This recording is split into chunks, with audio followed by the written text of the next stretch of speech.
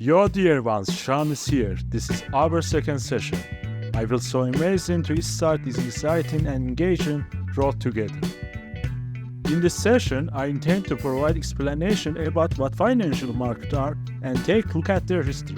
We'll also discuss the advantages of these types of markets.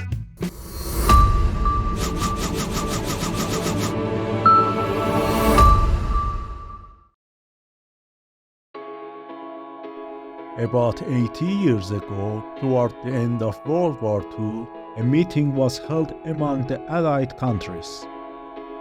This meeting aimed to address the financial and commercial relationship issues between nations and was named the Bretton Woods system. The Bretton Woods system was the first example of a fully consultative and contractual monetary system established to control and manage monetary and economic relations between governments under the guise of managing countries. Under the Bretton Woods system, each country had to adopt its monetary policy in a way that pegged its exchange rate to gold and kept its rate fixed. The United States, which controlled two-thirds of the world's gold, insists that the Bretton Woods system be based on both gold and the US dollar. In 1945, after reaching an appropriate number of agreeing countries, Wall Street branches began to operate. Some of the most famous organizations include the World Bank Group and the International Monetary Fund.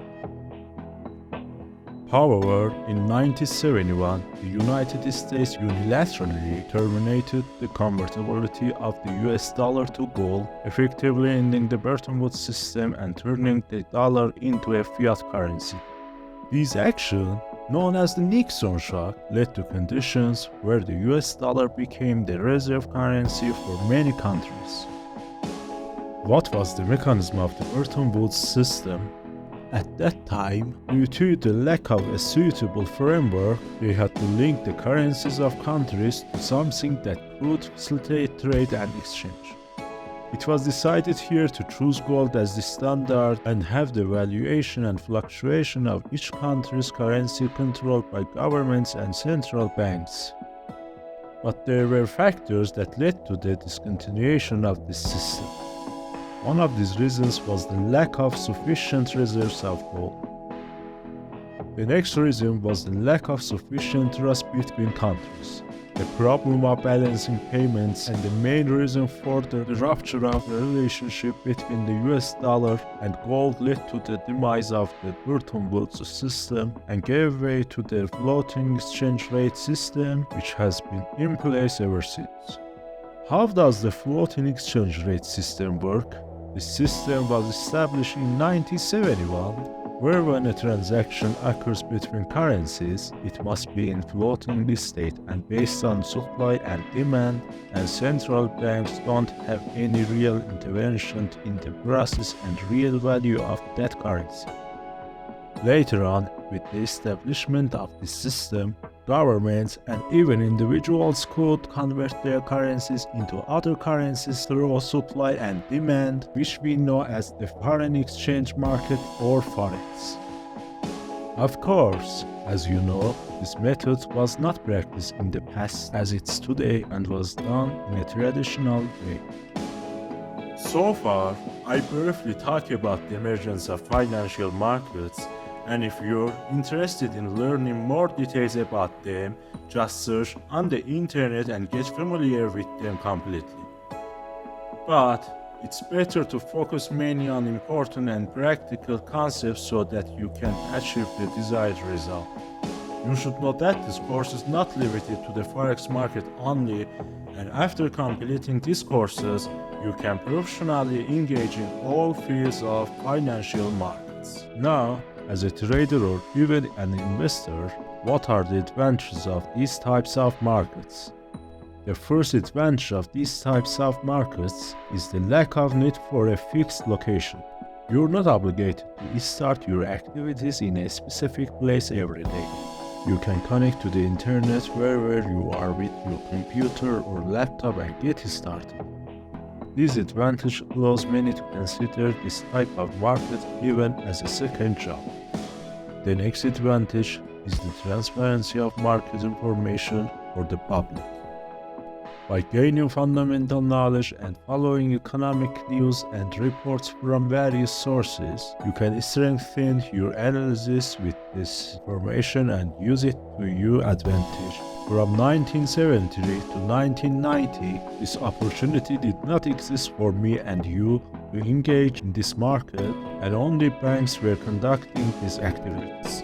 So appreciate the opportunity to connect to this large financial system and engage in it. Another advantage is the market's 24-hour availability, allowing you to engage in activities at any hour of the day or night. However, it doesn't mean you should engage in this activity at any given hour, because liquidity and activity of large financial organizations occur, causing price changes that you need to pay attention to. You will become familiar with all the principles and nuances of such activities in the following lessons. The next advantage is the participation of different countries due to the market's 24-hour availability. Another advantage is the high volume of transactions, leading to your orders being executed in seconds. With numerous buyers and sellers, this helps make price movements more predictable. But who operate in these markets? The largest market participants in financial markets are major banks, also known as interbank. Interbank institutions are the central bank of the world's economic powers, such as the Federal Reserve, the Bank of England, the Bundesbank, Japan, and other countries with significant economic power. The next section consists of large financial institutions such as Reuters, also known as IBS. The next section comprises financial centers and medium-sized institutions or small banks. Beyond that are brokers and hedge funds operate in this market. And finally, there are retail traders, which you and I are likely part of. Statistically speaking, this market sees approximately $6.6 trillion in financial transactions up to this moment, which in comparison to the capital we invest in this market is insignificant. So it's better for us to behave in the market in a way that benefits us and ensures longevity. If we want to talk about the volume of financial transactions in different markets, it's shown in the chart. These are transaction volumes, not the value of each market. For example, the value of the New York Stock Exchange, which lists over 2,500 symbols, is approximately $30 trillion. The amount of money circulating in the Forex market is about $6.6 trillion.